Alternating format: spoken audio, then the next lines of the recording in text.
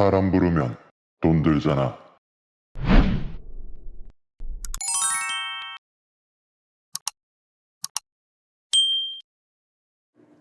안녕하세요, 베테우스입니다. 또 단자함을 가지고 와봤어요. 제가 여러 번의 영상에 걸쳐서 단자함을 유독 강조하는 이유가 있습니다. 단자함이 우리 집안에 있는 모든 랜선이 모이는 곳이기 때문이에요. 회사로 치자면은 서버실 같은 개념이죠. 모든 홈 네트워크의 시작은 바로 단자함이어야 하는 겁니다. 그런데 지난 시간과 지지난 시간에 몇 편의 영상들에서 우리는 어려움을 겪고 있는 집안의 사정을 한번 살펴봤어요. 램포트가 하나였고 전원이 없었죠. 램포트가 하나인 점은 뭐 어떻게든 해결할 수 있을 겁니다. 그런데 전원이 없는 건 정말 답이 없죠. 그래서 어떻게 했나요? 이와 같이 단자함 속에 전원이 없는 경우에 바깥 공간, 뭐 거실이라고 할까요? 거실에서 이런 Y자 모양의 램포트를 만들어서 1236 기억나시나요? 1위로 데이터를 보내고 다시 이쪽으로 역방향으로 보내는, 왜냐면 여기 전원이 없으니까 모뎀이 여기 있을 수밖에 없잖아. 뭐 그런 식의 어렵고 복잡한 일들을 했었단 말이죠. 결국은 전원이 없기 때문에 그런 거예요. 그래서 어떤 식으로든 단자함 속에 전원을 넣으라 그랬어요. 가정의 사정에 따라서 도저히 전원을 넣을 수 없는 경우가 있단 말이에요. 그런데 잘 생각해 보면 단자함 속에는 이미 전선이 있습니다. 랜선이죠. 자, 랜선이 뭘로 구성되어 있습니까? 결국 랜선은 전선입니다. 이거 기억나시죠? 랜선은 8가닥 모두를 사용해야 기가비트 속도를 내지만 4가닥, 즉 1236번 오렌지와 초록색만 있어도 데이터 전송이 가능하다 그랬어요. 그래서 8가닥 중에 4가닥, 4가닥 나눠서 뭐 가는 쪽 하나, 오는 쪽 하나 이렇게 썼단 말이에요. 그런데 기본적으로 랜 케이블들이 전선으로 이루어져 있기 때문에 1236번을 데이터용으로 쓰고 나머지 4, 5, 7, 8 파란색과 갈색을 전원 공급용으로 쓰는 겁니다. 이게 바로 PoE입니다. 파워 오버 이더넷. 이더넷은 뭐 랜이라고 생각해도 될 거예요. 랜선이란 뜻이고 랜선 위에 전력을 태워 보낸다. 뭐 이런 뜻입니다. 사실 이건 뭐 새로운 기술이 아닙니다. 예전에 우리 KT 전화 기억나시나요? 그거 전기가 따로 없었죠? 그냥 포트만 꽂으면 전화 됐습니다. 똑같은 겁니다. 그 기술입니다. 자, 인트로 영상에서 보셨던 거예요.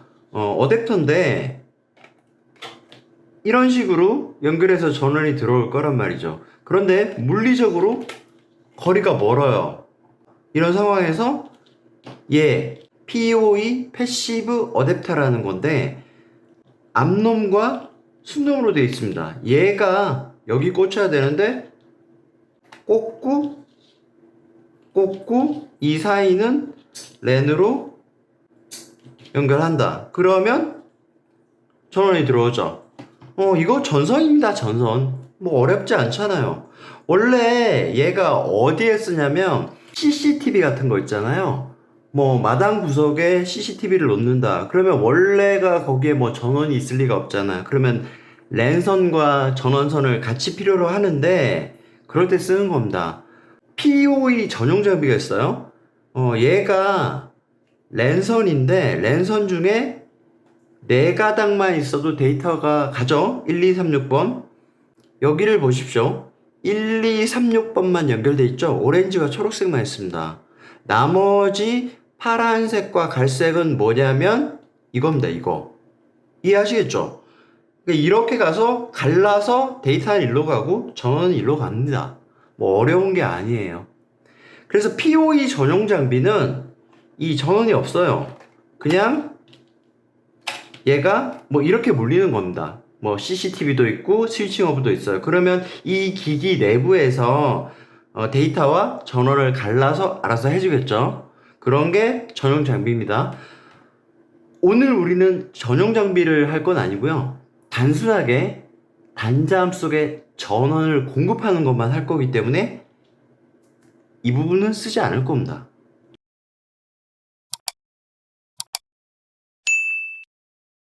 다시 단자함 속으로 돌아왔어요.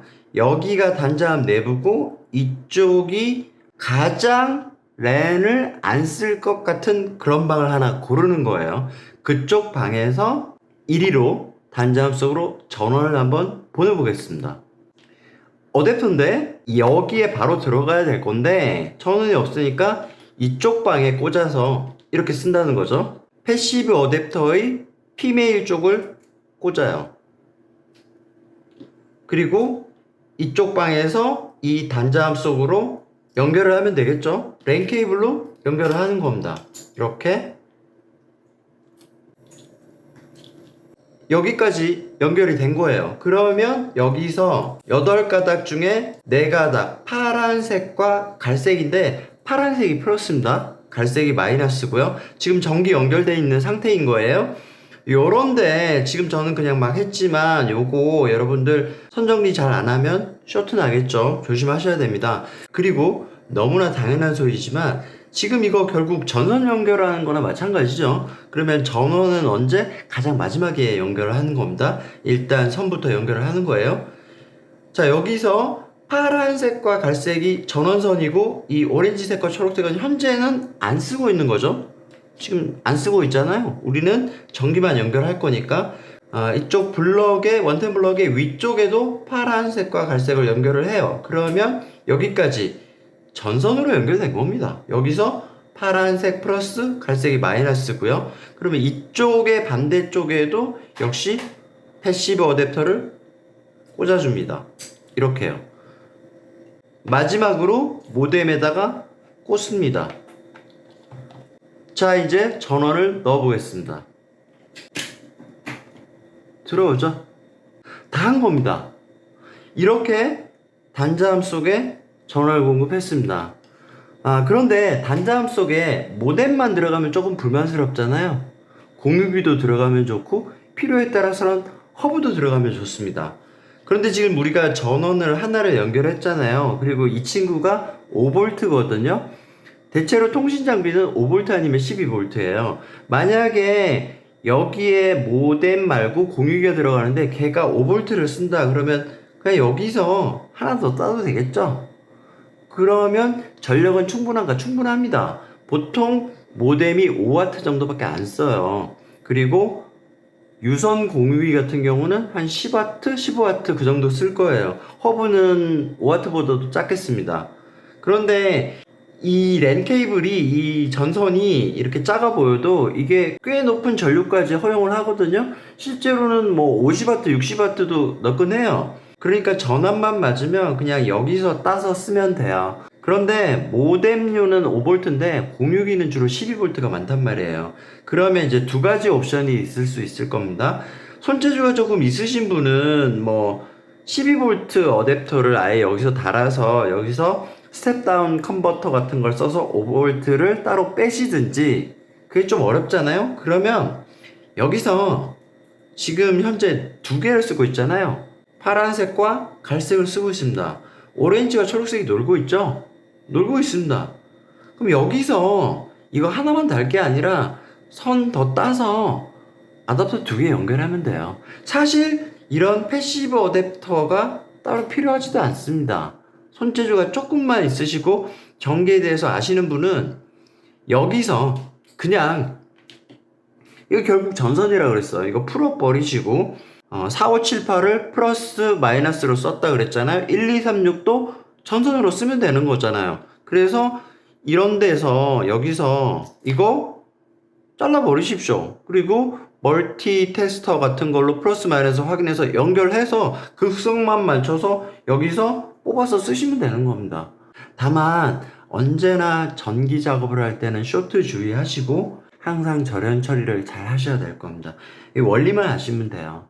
단자함 속에 전원을 넣을 수 있게 된 겁니다. 자, 오늘 영상을 정리하자면 단자함 속에 전원을 넣기 위해 이런 패시브 어댑터를 사용할 수가 있겠다. 사실 이 원리만 파악하면 뭐 굳이 이런 거 필요 없겠죠. 이게 한 5,000원 정도 할 거예요. 택배비 포함 8,000원 정도인데 뭐 전기 작업 이런 거에 크게 어려움을 느끼지 않으시는 분들은 직접 작업하시면 됩니다.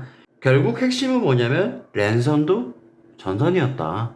외부에서 단자함 속으로 통하는 전선이 이렇게 이미 포설되어 있는 것이다. 그걸 이용하자. 뭐 이런 겁니다. 자, 오늘 영상 도움 되셨다면 좋아요, 구독 부탁드리고요. 감사합니다. 지금까지 베테우스였습니다.